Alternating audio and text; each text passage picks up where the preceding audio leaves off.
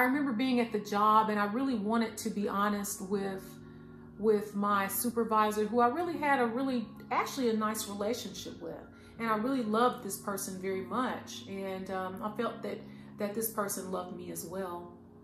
But there was something in the air, and my spirit told me not to say something, not to share this part of my life. Hey everybody, it's Spirit. Welcome back to Life with Spirit. And for those of you who are new, thanks for popping in, and I hope that you enjoyed this video today. I wanted to talk about the question, should you tell your supervisor or should you tell your job that you have chronic illness? That is a very, very good question. And I was in that situation. And I'll tell you what I decided to do, okay? Now, everybody's situation is different. And again, when you're talking about chronic illness, whether it be, it can be part mental illness, physical illness, it really is a very private thing, something that you don't want people to know necessarily, especially when you feel that it could affect you keeping your job. And that's really a serious thing because we all have to make money to maintain our lifestyle. So it's a very sensitive thing. So let's go ahead and talk about it. I was chronically ill and working for a long time, for years. And I just didn't know what was going on with my body. I went to the doctors and they said, no, you're fine.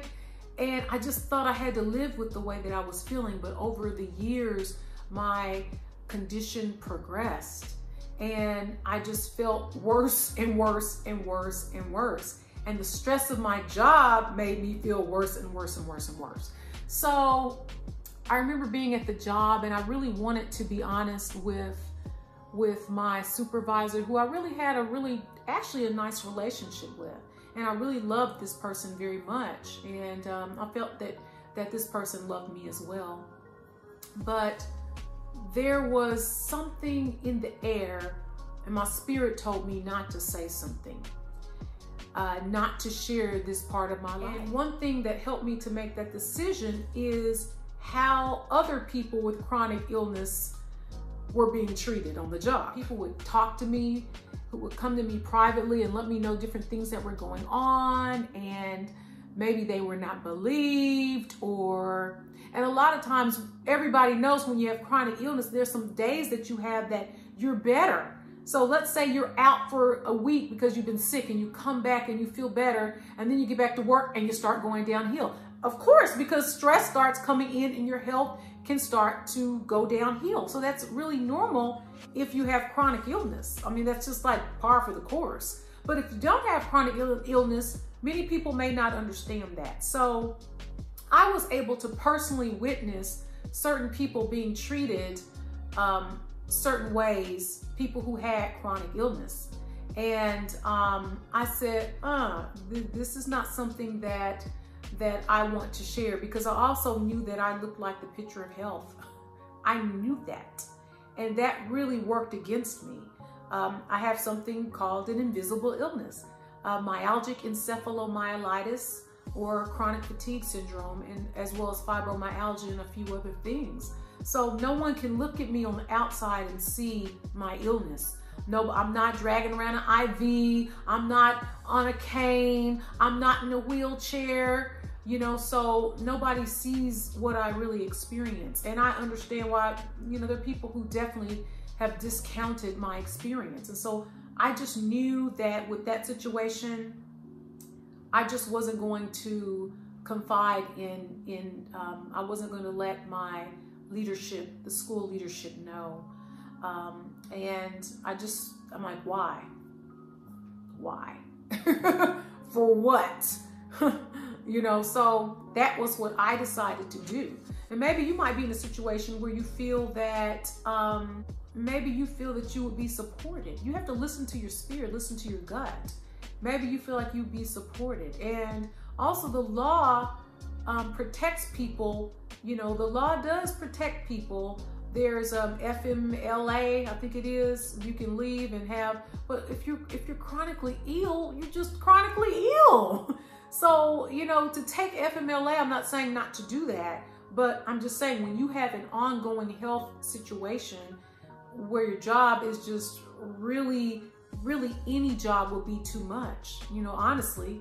And unfortunately, I had to apply for disability retirement through the school system, and I ended up qualifying and being able to leave. So that was a blessing for me, because I just couldn't keep on going on, and it was affecting my job. And I didn't want to, well, you know, it's because I'm sick, and make excuses. I was not that kind of person. So I did my very best. Y'all, there were times where I closed my door and I would crawl under my desk, and I would lie down under my desk and just lie down and rest, because I had to lie down. I felt so sick. And then somebody would call me and I'd get up,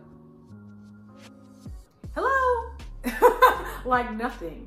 But I mean, there were just those times I just struggled so hard, and I really don't know what good it would have done for me to share that with my superiors. So for me, I was in a situation where I wasn't going to divulge that information. So that was just my experience. Your experience might be different. So if you had a different experience, and it just depends, maybe you can work at home. There's situations where maybe people can, especially in this climate, a lot of people are working at home, but at the time, that wasn't an option for me, and that never would have been an option because I was an educator. So I actually had to be, you know, in the school building. So yeah, so that's just some things to think about. Maybe they can work something out. And there are situations that I've heard of where the job does try to work things out for people. So anyway, I hope that my experience was helpful for you. And you just have to do what your spirit tells you, what you feel is right for you and your situation. Everybody's is going to be different. So anyway, I hope you enjoyed this video. Thanks so much for tuning in, and may God bless. Love you, and I'll talk to you next time. Bye-bye.